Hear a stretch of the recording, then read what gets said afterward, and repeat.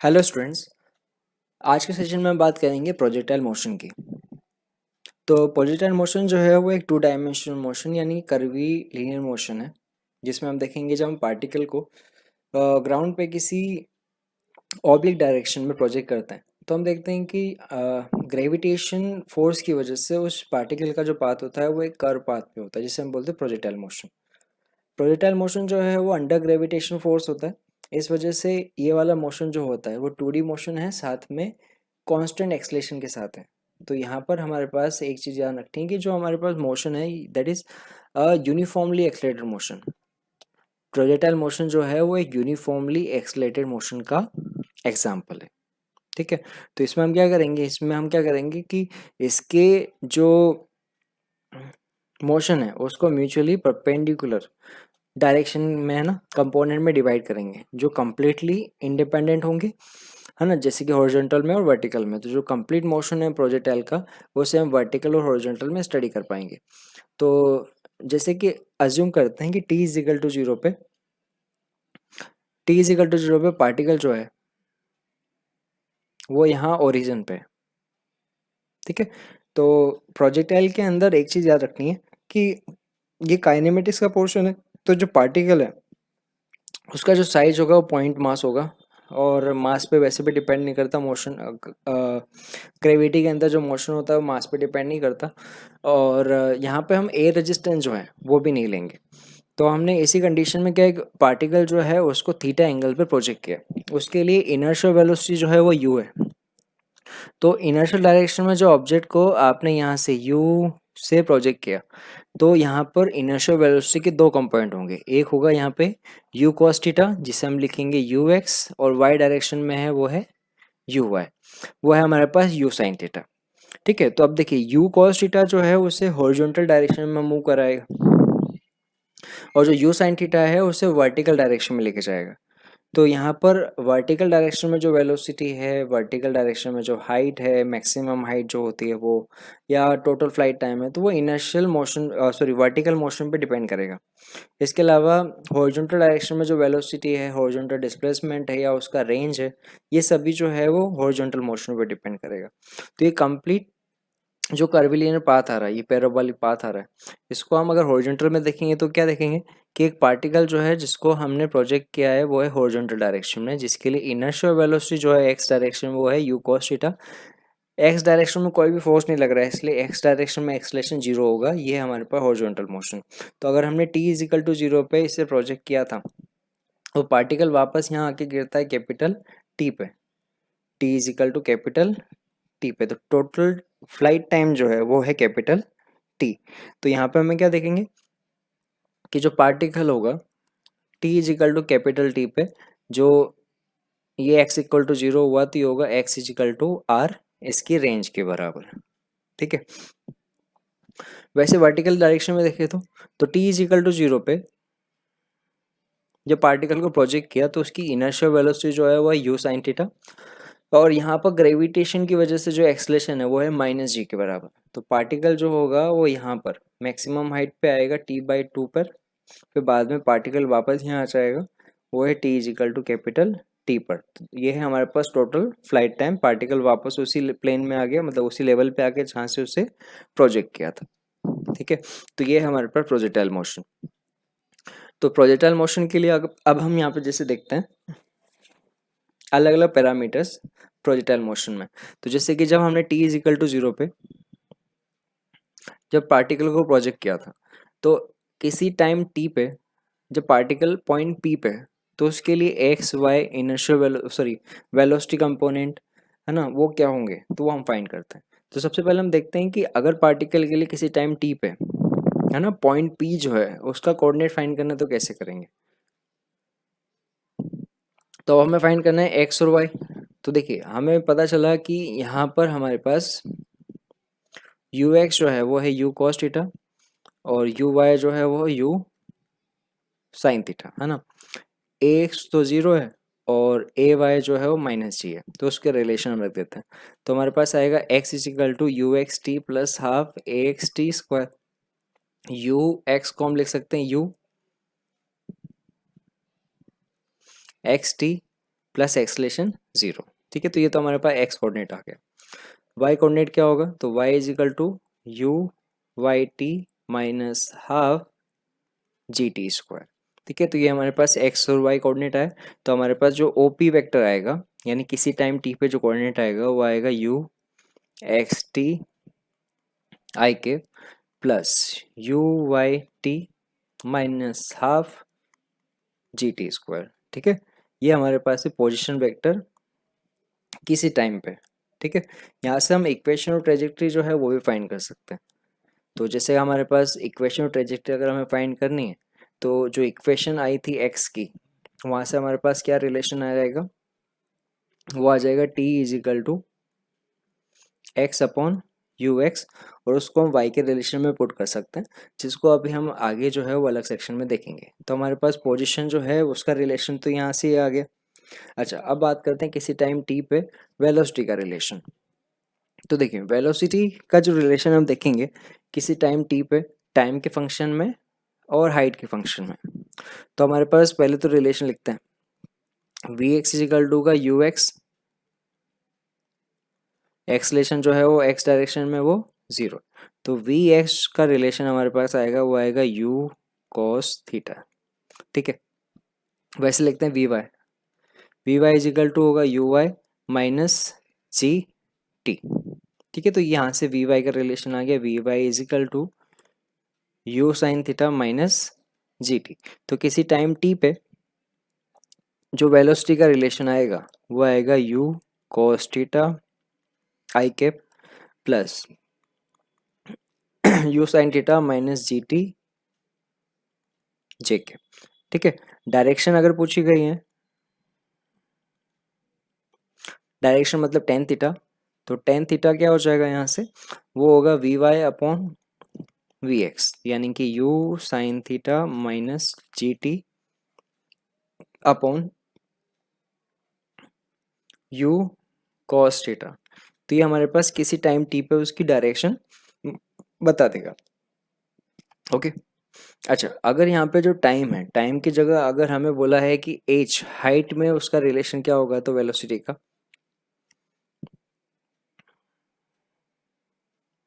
है ना, यहाँ पे वेलोसिटी का फंक्शन ग्राउंड से हाइट की फॉर्म में निकालना है।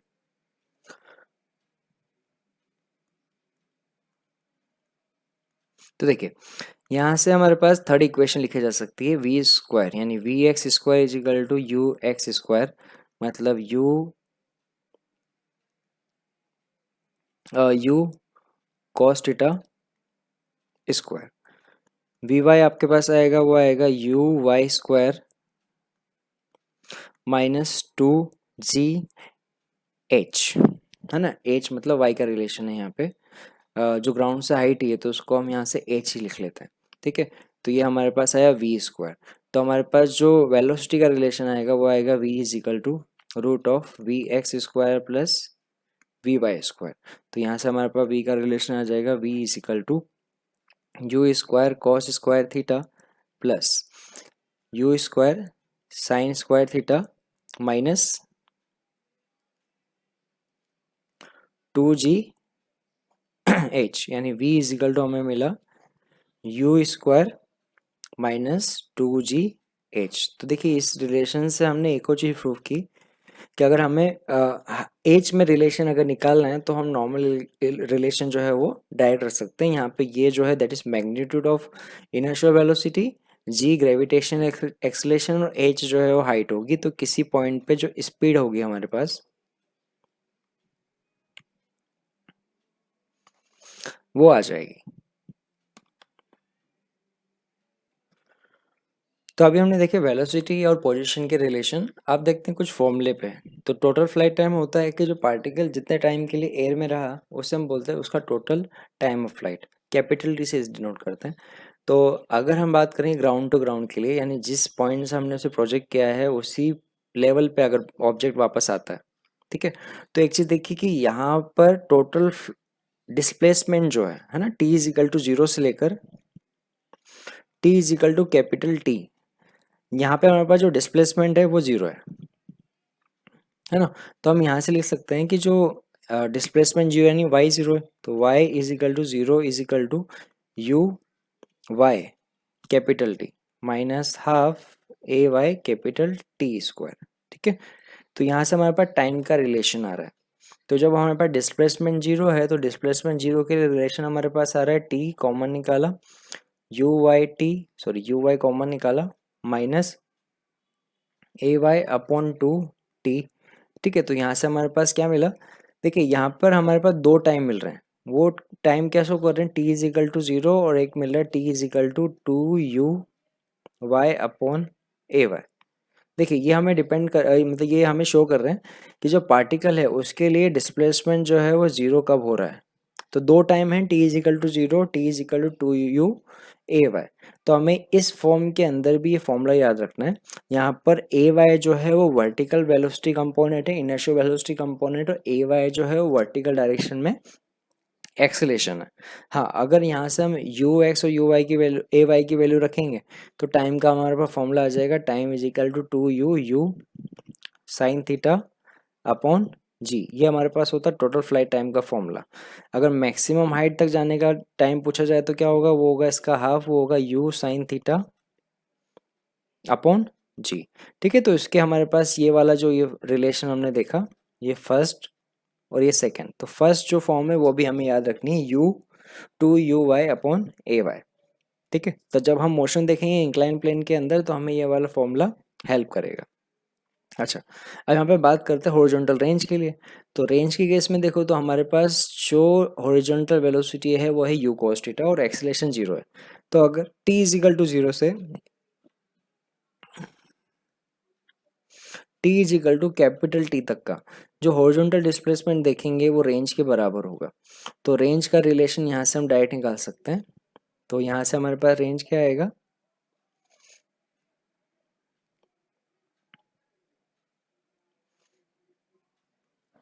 Are is equal to you x into capital T. Acceleration zero है तो distance is equal to velocity into time, तो रेंज का रिलेशन यहाँ से आ गया हमारे पास यू एक्स इंटू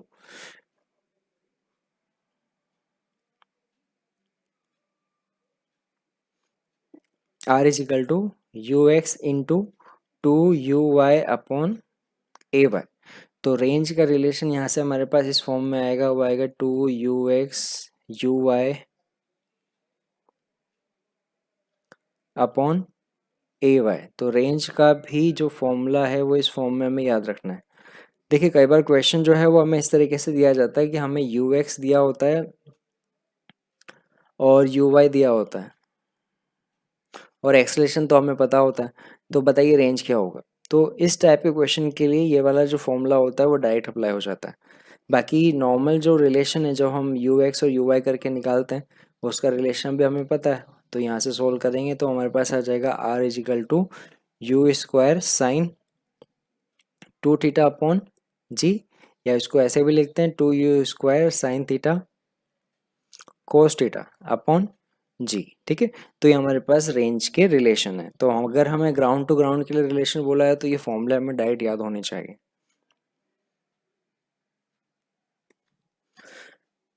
तो इसमें अब नेक्स्ट फॉर्मूले पे बात करते हैं, वो है हमारे पास मैक्सिमम हाइट। तो जो वर्टिकल डायरेक्शन में पार्टिकल के लिए जो मैक्सिमम डिस्प्लेसमेंट हो सकता है उसे हम बोलते हैं मैक्सिमम डिस्प्लेसमेंट एच मैक्सिमम। ठीक है, तो इसको देखो प्रॉपर्टी से निकाल सकते हैं। हमें पता है मैक्सिमम हाइट पे जो वेलोसिटी होती है वो जीरो होती है। तो अब यहाँ से बोल सकते हैं V Y square is equal to you Y square, है ना, माइनस टू जी एच। तो जब मैक्सिमम हाइट पे है तब वहाँ पे आपके पास वेलोसिटी जीरो है, इनर्शियल वेलोसिटी है U Y square minus two, एक मिनट इसको हम लिख लेते हैं ए वाई,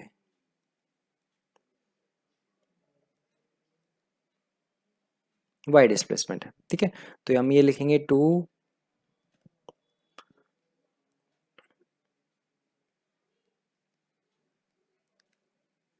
ए वाई एच मैक्स, है ना, एक्सलेशन नेगेटिव है इसलिए मैंने यहाँ माइनस का साइन लगाया है। तो यहाँ पे हमारे पास एच मैक्स का रिलेशन आ जाएगा, वो आएगा you Y square upon two A Y. तो ये मैक्सिमम हाइट का रिलेशन होता है जिसको हम ऐसे भी याद रखते हैं, H max is equal to you square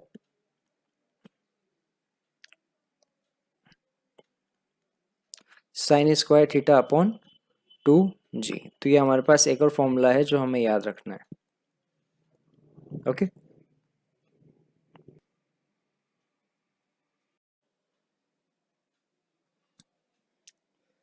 तो अभी तो हमने बात की थी थ्योरी की, अब कुछ उनसे रिलेटेड इंपॉर्टेंट पॉइंट्स पे डिस्कशन करते हैं। तो जैसे कि कॉमनली जो है वो बच्चों के डाउट रहते हैं कि प्रोजेक्टाइल के अंदर कौन सा पॉइंट होता है जहाँ पे पार्टिकल के लिए वेलोसिटी जो होती है वो जीरो होती है। तो याद रखना है, जो प्रोजेक्टाइल मोशन होता है उसके किसी भी पॉइंट पे वेलोसिटी जीरो नहीं होती। हाँ, मैक्सिमम हाइट पे जो वर्टिकल कंपोनेंट ऑफ वेलोसिटी होती है वो जीरो हो सकता है, बाकी जो स्पीड है वो किसी पॉइंट पे जीरो नहीं होती। दूसरा पॉइंट जो है वो याद रखना है, वो है कि horizontal motion. Horizontal motion uniform motion होता है, यानी कि हॉरिजॉन्टल कंपोनेंट ऑफ वेलोसिटी जो होता है वो कभी चेंज नहीं होता है। जो inertial velocity you cos theta होती है वही रहता है।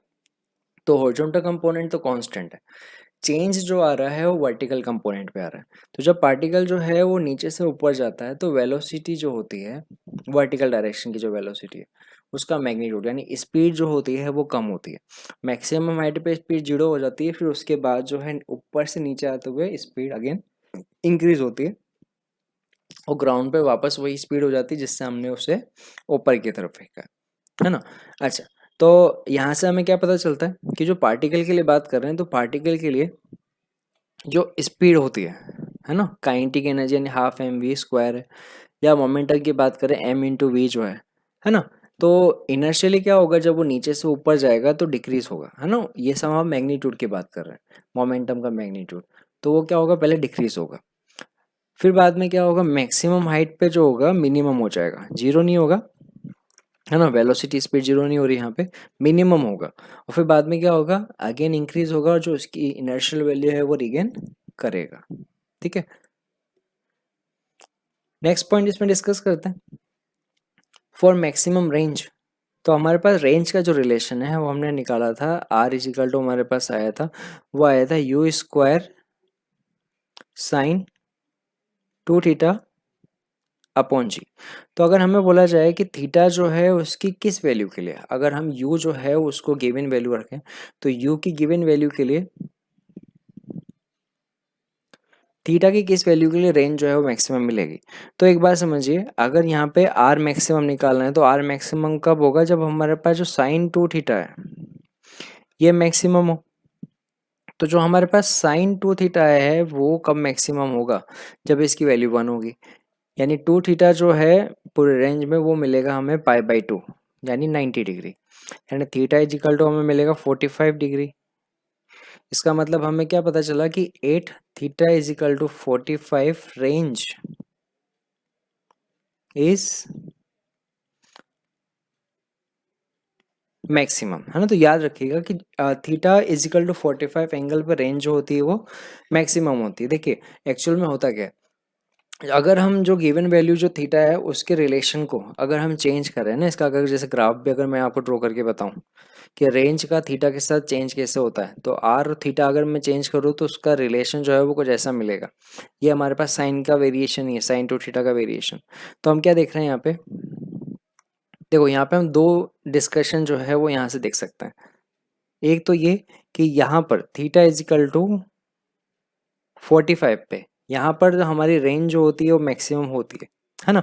तो पहले जब 0 से लेकर 45 तक देखेंगे तो रेंज जो होती है वो इंक्रीज होती है, और 45 से 90 जब देखते हैं, है ना, तो रेंज जो होती है वो डिक्रीज होती है।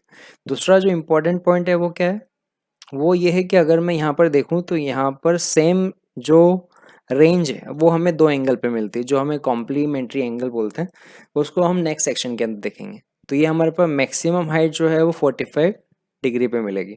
तो जो आर मैक्सिमम है उसका रिलेशन हमें क्या मिलेगा वो देखें, तो हमें जो आर मैक्सिमम मिलेगा 45 एंगल पे, वो क्या हो जाएगा, वो आ जाएगा यू स्क्वायर अपॉन जी। तो मैक्सिमम रेंज जो होती है वो इतनी होती है।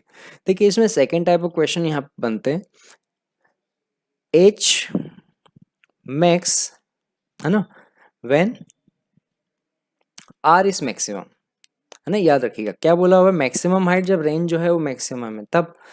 तो ये कब है, जब थीटा इज इक्वल टू 45 है। तो जो एच मैक्स का रिलेशन है ना, थीटा इज इक्वल टू 45 पे है ना, वो कितना होगा, तो यहाँ से आ जाएगा वो होगा you square cos square, you square sine square था, साइन 45 जो होता है वो 1/√2 और इसका स्क्वायर हो जाएगा, वो हो जाएगा हाफ अपॉन 2g। तो ये हमारे पास रिलेशन मिल रहा है वो है यू स्क्वायर अपॉन 4g, है ना। तो देखिए ये मैक्सिमम हाइट का रिलेशन नहीं है, ये है हमारे पास जब रेंज मैक्सिमम है उस कंडीशन में रिलेशन, ठीक है। और ये हमारे पास मैक्सिमम रेंज का बाई 4 है, यानी जिस कंडीशन पे जब हम किसी ऑब्जेक्ट को मैक्सिमम रेंज के लिए प्रोजेक्ट करते हैं तो उस कंडीशन में हाइट जो होती है वो मैक्सिमम रेंज का बाई 4 होती है।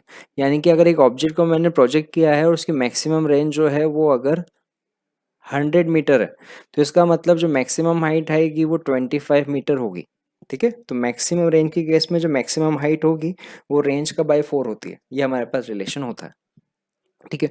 अब नेक्स्ट रिलेशन हम देखते हैं कॉम्प्लीमेंट्री एंगल्स के लिए। तो कॉम्प्लीमेंट्री एंगल्स क्या होते हैं कि जब हमारे पास कोई दो प्रोजेक्ट है जो थीटा और 90 माइनस थीटा पे, मतलब दो एंगल जो है वो थीटा 1 और थीटा 2 है, और अगर थीटा 1 प्लस थीटा जो है वो दोनों का सम अगर 90 के बराबर होता है तो उसे हम बोलते हैं कॉम्प्लीमेंट्री एंगल। तो अगर गिवन यू के लिए अगर हमारे पास प्रोजेक्टाइल जो है वो थीटा 1 और थीटा 2 पे हो, और जहाँ पर थीटा 1 और थीटा 2 के रिलेशन जो है वो ऐसे दिए हुए हैं कि जहाँ पर थीटा 1 जो है वो थीटा है और थीटा 2 जो है वो 90 माइनस थीटा है, तो उस कंडीशन पे अब जैसे ये थीटा 1 है तो थीटा के केस में जो मैक्सिमम हाइट है ना, वो हमने कहा h1, जो टोटल फ्लाइट टाइम है वो हमारे पास t1 है ना। जब थीटा 2 के केस में तब हमारे पास मैक्सिमम हाइट h2 है, टाइम जो है वो t2 है ना। तो उस कंडीशन में h1 h2 t1 t2 का रिलेशन देखते हैं, तो और इसके अलावा रेंज का रिलेशन देखते हैं। तो हमें क्या दिखता है यहाँ पे r1 जो है वो इक्वल टू r2 मिलता है। देखिए कैसे, अगर यहाँ पे मैं देखता हूँ R1 का रिलेशन, तो R1 जब होगा तो R1 हमारे पास आएगा two you square sine 2 theta upon g, ठीक है। तो ये तो थीटा 1 की केस में। अच्छा दूसरा केस देखते हैं जब हमारे पास थीटा जो है ना, वो हमारे पास 90 माइनस थीटा है, तो R2 सेकेंड केस में रेंज होगा वो होगा you square upon G sine 290 minus theta, है ना।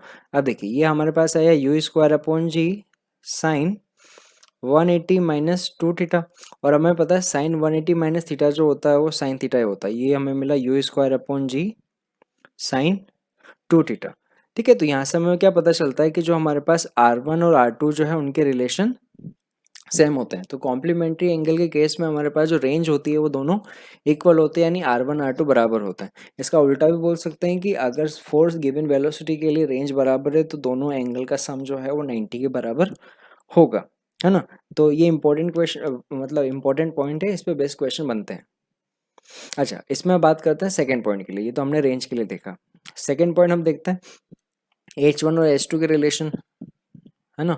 तो h1 का रिलेशन हमारे पास आएगा वो आएगा you square sine square theta upon 2g, ठीक है। और h2 का रिलेशन होगा वो होगा you square sine 90 minus theta का whole square upon 2g।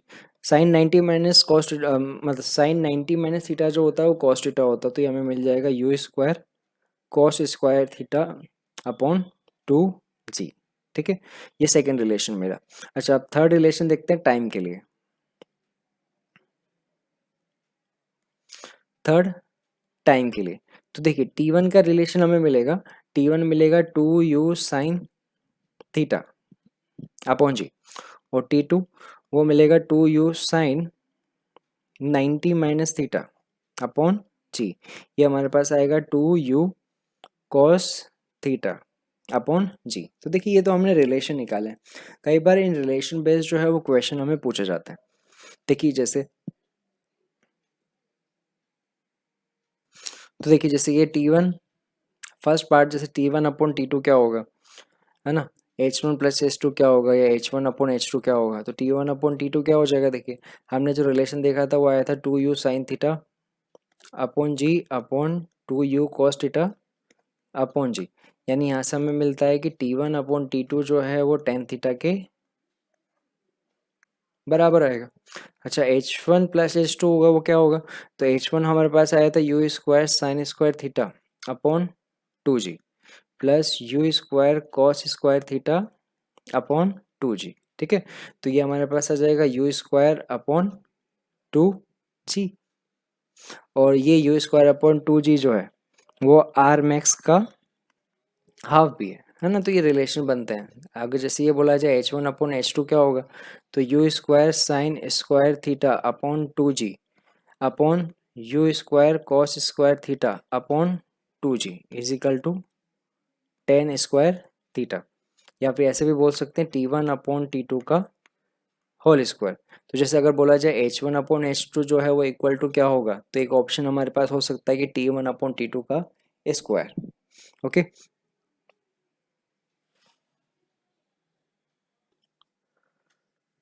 Okay, fourth point देखते हैं। ये जो मोशन है, तो यहाँ पे टाइम और हाइट में क्या रिलेशन होगा।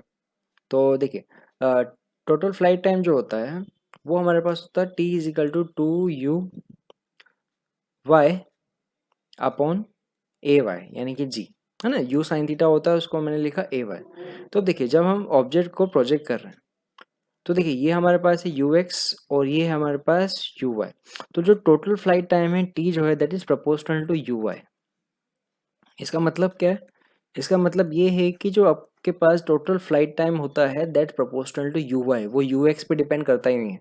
टोटल फ्लाइट टाइम जो होता है वो सिर्फ वर्टिकल कंपोनेंट ऑफ वेलोसिटी पे डिपेंड करता है। यानी अगर दो प्रोजेक्टाइल के लिए या तीन प्रोजेक्टाइल के लिए अगर हम देखें, जैसे कि ये तीन प्रोजेक्टाइल ए बी सी, है ना। इसमें हमारे पास रिलेशन क्या होंगे, तो यहाँ पर हमें जो यू वाई जो है वो हमें सेम मिलेगा। देखिए इसको और क्लियर करते हैं। ये तो हमने देखा टोटल फ्लाइट टाइम के लिए, है ना। अब बात करते हैं मैक्सिमम हाइट के लिए। तो h जो होता है, h इज इक्वल टू होता है यू वाई स्क्वायर, है ना, you Y square upon 2g, है ना। यू स्क्वायर साइन स्क्वायर होता है ना, तो यू स्क्वायर साइन स्क्वायर को हम यू वाई लिख सकते हैं। तो यहाँ से हमें पता चलता है कि h जो है that is proportional to you Y square है, यानी कि that is proportional to total flight time T square. ये देखिए, तो यहाँ से हमें पता चलता है कि जो टोटल जो मैक्सिमम हाइट है और टोटल फ्लाइट टाइम है उनका रिलेशन यहाँ से हमें पता चलता है। यानी कि अगर ए बी सी तीनों केस में अगर हमारे पास हाइट जो है वो सेम है, यानी H A is equal to H B is equal to H C दिया हुआ है ना, जो डायग्राम में पता चलता है, तो उससे हमें रिलेशन क्या पता चलेगा। एक तो हमें पता चलेगा कि टी ए टी बी और टी सी जो है वो इक्वल होंगे, पहली चीज। दूसरी चीज हमें ये भी पता चलेगा कि हमारे पास यू वाई पहली कंडीशन पे, यू वाई सेकेंड कंडीशन पे और यू वाई थर्ड कंडीशन में वो इक्वल होगा, है ना। अगर पॉइंट सी पे बात करें कि रेंज के लिए, तो आर होता है वो होता है 2u(x) uy अपॉन जी। तो यहाँ पे आर जो है वो ux और uy दोनों पे डिपेंड करता है। तो यहाँ पर हमारे पास रेंज का कोई रिलेशन जो है वो ux uy की फॉर्म में नहीं निकलता, बट हम यहाँ पर मैक्सिमम हाइट और टाइम का रिलेशन यहाँ से देख सकते हैं। तो हमें पता चलता है h जो है that is proportional to T square. तो टोटल फ्लाइट टाइम अगर दो प्रोजेक्टाइल में सेम होगा तो उनकी मैक्सिमम हाइट भी सेम होगी, और उसका उल्टा भी बोल सकते हैं कि मैक्सिमम हाइट अगर सेम है तो टोटल फ्लाइट टाइम जो होगा वो सेम होगा। यानी सभी के लिए टोटल फ्लाइट टाइम जो होगा, है ना, टी ए टी बी और टी सी वो तीनों ही बराबर होंगे, क्योंकि मैक्सिमम हाइट भी सेम है और वर्टिकल कंपोनेंट ऑफ वेलोसिटी जो होगा वो भी तीनों में सेम होगा।